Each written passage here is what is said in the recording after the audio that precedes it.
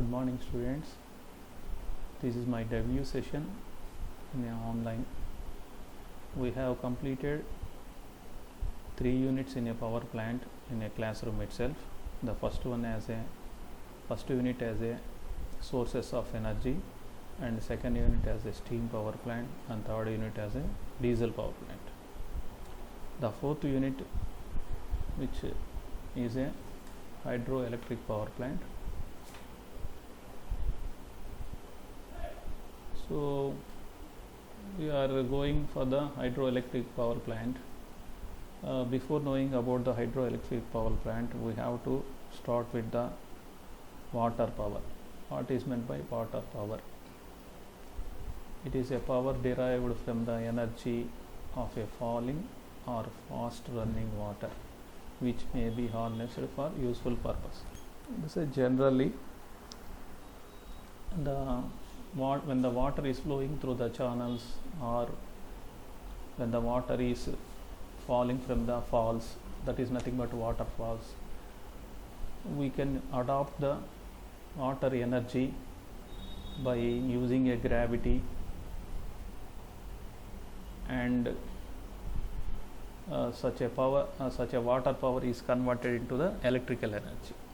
So we are all familiar with how the water power is converted into the electrical power by flowing through the various intermediate machines like a turbine and generators. So here you may observe the Three Gorges Dam, which is built in China, which is the world's biggest dam based on the hydroelectric. That is nothing but hydra is nothing but water in a Greek language. So the power production from the water, so it is called as a hydroelectric power. Let us go for the next one. So in a traditional way, you may observe when the water is flowing through the channel with some velocity, due to this water is the velocity of water which is rotates the wheel here, just like a wheel on a bucket. When the water is hitting the buckets, automatically the wheel will be rotate either in a clockwise or anti-clockwise, depends upon the flowing direction of a water. So here the wheel is connected to the generator, and the generator will be produce the electricity. So just like a small turbine, but without having the steam, here directly the water will be hit the turbine wheel. So it's a traditional way. Used in a olden days. So here the availability of water depends upon the availability of the water. The energy may be consumed from the water. So here there is a 3 ways. One is the undershot, when the availability of water is below the axis of the wheel. So it is called as a undershot. Here the water will be flowing from the right side to the left side, so that wheel will be rotate in a clockwise direction in a undershot. So here there is a availability of water from above the axis of the wheel. The water will be redirected through the through the pipe, so that the water will be pouring over the axis of the wheel. So due to the gravity of the water maybe pushes the wheel in an anti-clockwise direction, so that wheel will be rotate. So next one is another one, breast shot. Here you may observe the water flowing in a same direction, perpendicular to the axis of the wheel, so that water will be flowing towards the right side. So here the water, the wheel will be rotate in a anti-clockwise direction. So depends upon the availability of water. There is a three ways of a traditional technology. So that divides into the undershot, overshot, and breaststroke. So here first how the water will be available by using a hydrological cycle. You may study it in a primary standards.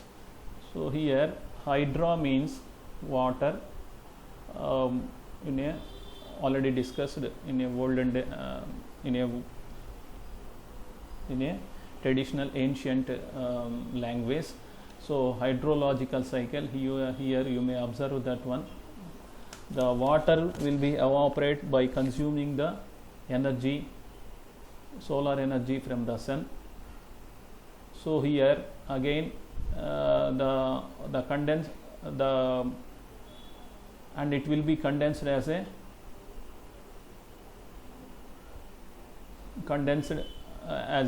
clouds, and after the suitable atmospheric temperatures available on the earth, the precipitation water will be precipitate in the form of a rain. So here the falling rain will be a certain amount of a falling rain will be accumulated in a ground, and a certain the overflow of a water will be passing as a river. Here the hydrological cycle represents it's a cyclic process. The percolated water we may consume from the pumps and various ways, and the water will be evaporate and condensation and precipitation and percolation. It is a cyclic process, so it is called as a hydrological cycle. So here comes to the general knowledge way.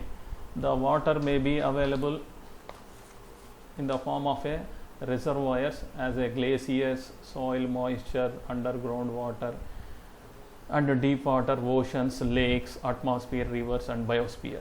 So different reservoirs of a water having a different taste and average residence time.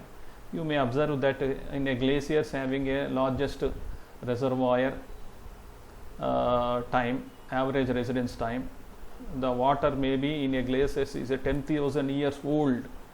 So in a soil moisture it may be 2 weeks to the 1 year. Okay, you may go through this table. So here depends upon the age of a water, the water having a such a mineral content, so that the cost of the mineral water will be changes depends upon this glacier. So here you may observe that one, the glaciers having the maximum average residence time. So the cost of the water, when you capture the cost of the water from the glaciers, it will be more cost. You may observe this one. The world's most costliest mineral water is 42 lakhs for the 750 milliliters. Aqua di Cristallo Tributo. It's a France mineral water manufacturing company whose cost is 42 lakhs. So the availability of water is a precious. If you want to drink the mineral water in a foreign countries, they will ask which kind of a mineral water. Generally you may not face here when you ask for the mineral water, but in a abroad you have to choose glacier water or underground water or oceans water, lakes water, atmospheric water, river water, and biosphere water. Depends upon the average residence time of a reservoir water. The cost of the water will be varies. So water value will be increases day by day. So next one, when it comes to the mainstream hydroelectric power plant, the flow measurement. First of all, we have to know the flow measurement. So the flow measurement, it is a quantification of a bulk fluid movement.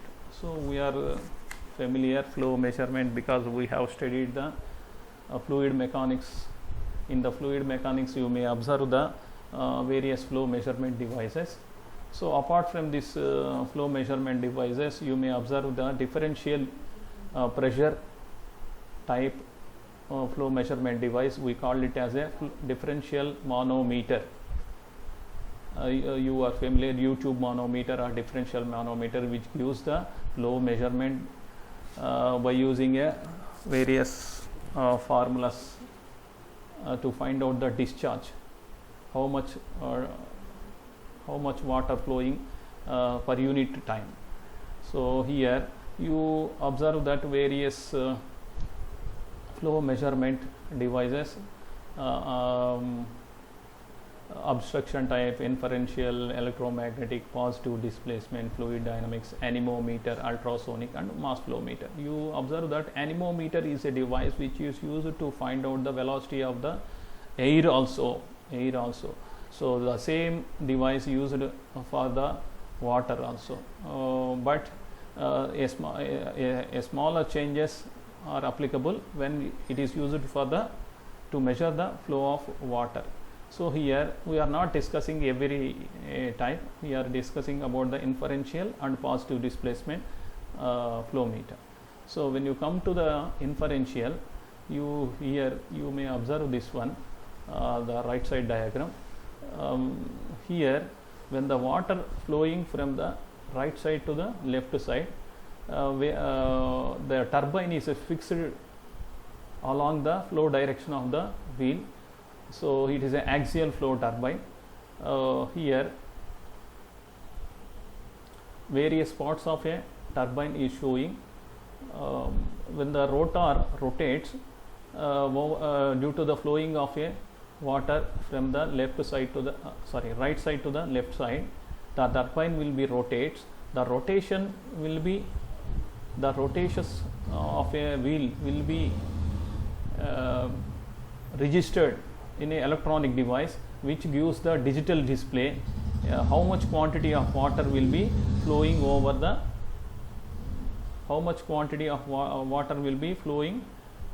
through the channel, fixed channel, so that we can estimate how much quantity of water will be flowing that one.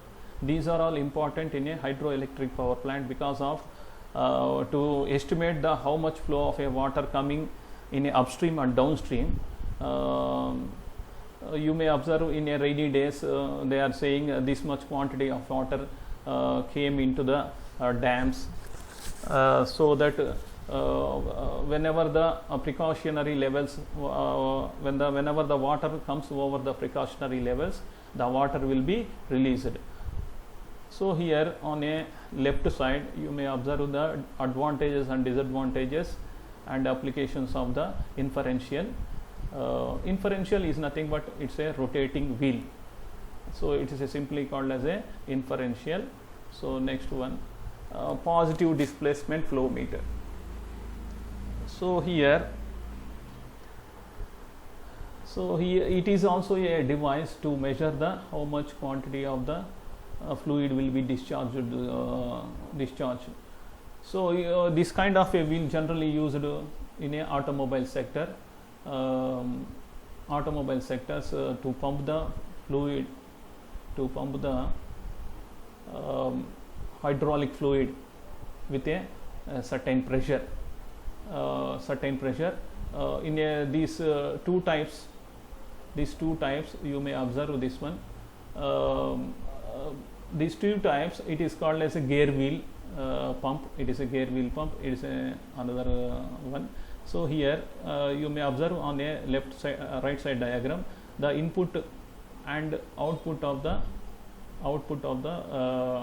input and output of the pumps. So which gives the total difference between them. The input and output difference will be registered in a digital display and gives the how much flow through these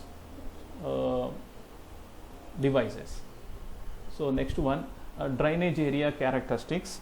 So in a hydroelectric power plant, we have to know the basics of a drainage characteristics. So drainage is nothing but, it's not a bad word. So whenever the water flowing areas, we call it as a drainage basins. So here you may observe that one, water will be coming from the source, that is a glaciers on a mountains, and it will be melt by consuming the heat from the sun, and it is formed as a water. It is a form as a water, and it is flowing through the various one. So the tributary is nothing but the percolated water which will be emanate over the ground, and it will be starts flowing over the ground. So we are familiar, Gangotri is the emanate from that one. So here channel, you may observe the channel, when the water flowing comes to the mainstream, it is called as a channel. It is a mainstream and it is a channel. So wherever the mainstream channel meets with the mainstream, at that point is called as a mouth. So we are also having the various mouths, the Penna river, which is meeting in a Budivarthipalam. It is called as a mouth. Sometimes it is called as a creek also.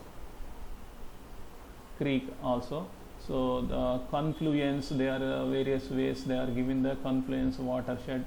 So here the watershed is nothing but the edge of the highland surrounding a drainage basin, which marks the boundary between the two drainage basins. So it's a boundary between the two drainage basins. It is called as a watershed. So here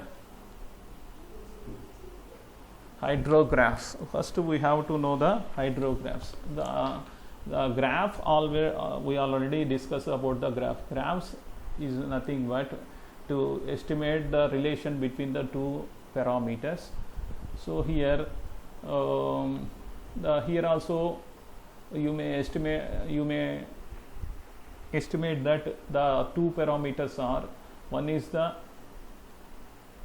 atmospheric temperatures, another one is the falling of a rainy water. You comes to here.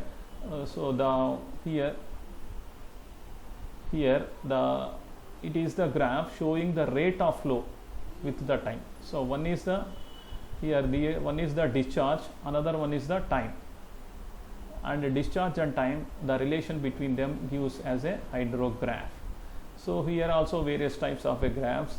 So apart from these graphs, we are discussing about the Strom graph and annual hydrographs.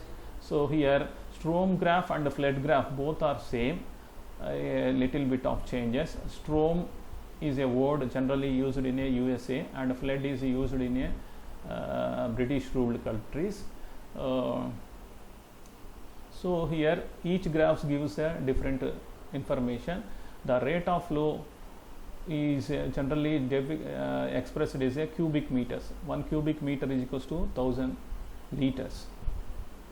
So Strom graph, here when you comes to the Strom graph, it is a graph showing relation between the rainwater and discharge in a river. So you are observe that one. So the difference between them gives the alertness of a dam storage levels. So here the rainwater which is coming in a upstream of a dam, and whenever it reaches the cautious level, the dam doors will be released. Hydroelectric power hydro dams will be release the water to avoid the accidents, and the discharge also need to quantify, estimate, so whether the downstream areas will be dipped or away from that one. So here we are familiar, we are our Nellore district having the one of the hydroelectric power plant in Somasila. So our Nellore is in a downstream to the Somasila. Whenever the water will be discharged from the whenever the water will be released from the Somashila, so the authority people must be estimate whether this discharged water is harmful to the downstream, like a Nellore downstream areas, so that they need to estimate hydrographs. So here you may observe that one on a x-axis they gives the time. On x-axis the parameter is considered as a time from 12 to 12, that is a day, a single day. So here another one on a y-axis, you may observe the discharge or run of water in a cubic seconds. So here you may observe that one the graphs which is having a rising limb and falling limb to the peak discharges. For the peak discharge point, on a left side you have a rising limb, on a right side you having a falling limb. So here the difference between this peak discharge